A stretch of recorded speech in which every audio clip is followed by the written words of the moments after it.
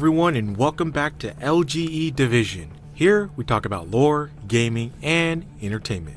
Today's video is on the Division 2's upcoming event, codenamed Nightmare, which was supposed to be a bigger event, but instead ended up getting cancelled and turned into an apparel event. We are going to talk about the things that led up to this, as well as what the event could have been and opinions regarding it. Before we start, hit that like and subscribe button and share this video with all of your friends.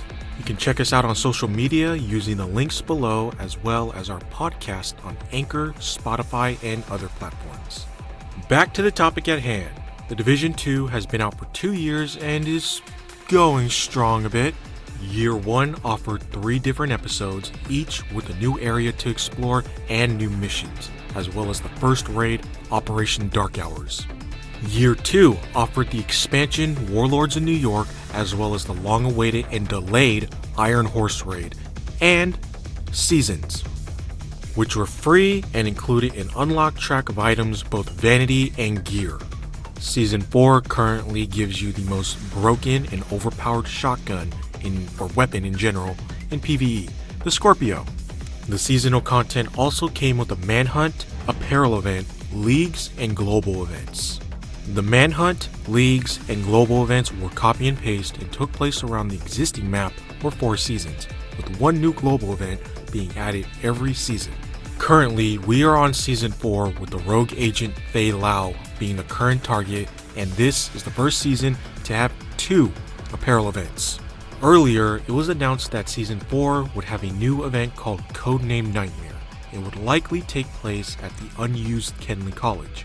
And that was all we knew about the event. Speculations were that hunters were going to be involved, and that was about it.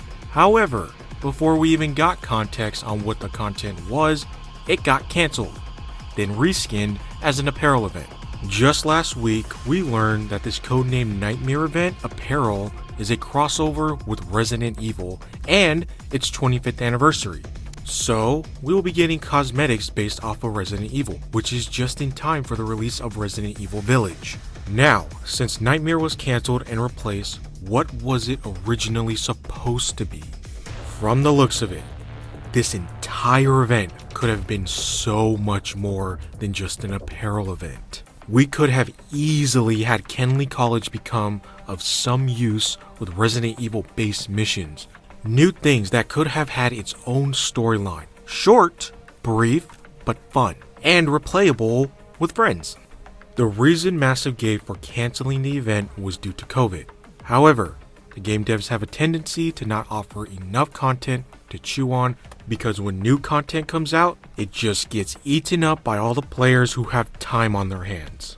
Even Iron Horse, which took my team 12 hours on the second boss, Pfizer, before we finally called it, ending up getting speedrunners the same week. A Resident Evil crossover event would have easily drawn people into the Division. I mean, after all, Ghost Recon still has the Terminator event, which was fun to play and featured T-800. That also added to the overall story of the Terminator series. Quite frankly, this is all a bit disappointing, as I do like this game, but the lack of content and complete dry streak of it has been a real letdown. After seeing what Codenamed Nightmare could have been, I kinda wish it was removed altogether, seeing the potential that was just squandered. To be fair, I'm still gonna get the apparel stuff because I like apparel items in just about any game, and I do want that hunk outfit, but still, my opinion remains the same. This is a great game, and the community isn't so bad. At least the people I'm around. But dry spells like this can easily cause the player base to dwindle. If anything, what all these seasons should have done was expanded the map of both DC and New York with the manhunts, and to feature new missions and control points in those areas.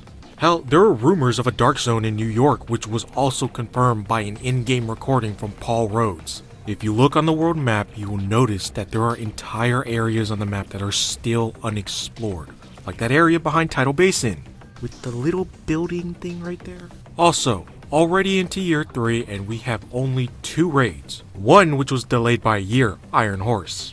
There are still 5 factions, Hyenas, Outcasts, Underground People, Rikers, and Cleaners that are yet to have a raid of their own. 6 if you include the Rogue Agent faction, and 7 if you throw Hunters in. But an entire raid of Hunters, just Hunters everywhere, I could pass on. The rare sighting of them is what really adds to seeing them in general. You can even have one more Black Tusk raid, making it a White Tusk raid for some of the best agents in the game. So something like, if your team goes down, you all have to start back from the beginning of the raid. The summit, which was released, was also a bit underwhelming, especially when the revisions were made. It's mainly a place you just farm gear at. After the announcement that Massive has obtained the IP to work on a new Star Wars open world, it is looking like a lot of their efforts are going to be directed at that. Meaning, we are not likely to see a Division 3 for some time. My expectations for that game is that it will be The Division, but reskinned as a Star Wars game. I do hope, as the new year continues smoothly, Massive has a huge content drop planned, especially after the leaks of the Langley report were made, which shows that there is a lot going on outside of the US after the Green Poison virus hit, with news of cartels still being active even after the outbreak. I'm partly looking at Ubisoft for the handling of The Division, as well as it could have easily had tons of stuff to keep people occupied, such as multiple raids, etc.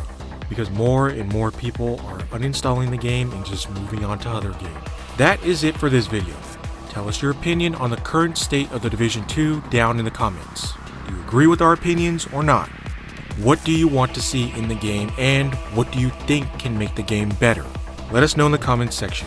As always, check us out on social media, links are down below, and be sure to like, subscribe, hit the bell icon, and share with your friends and communities. Take it easy.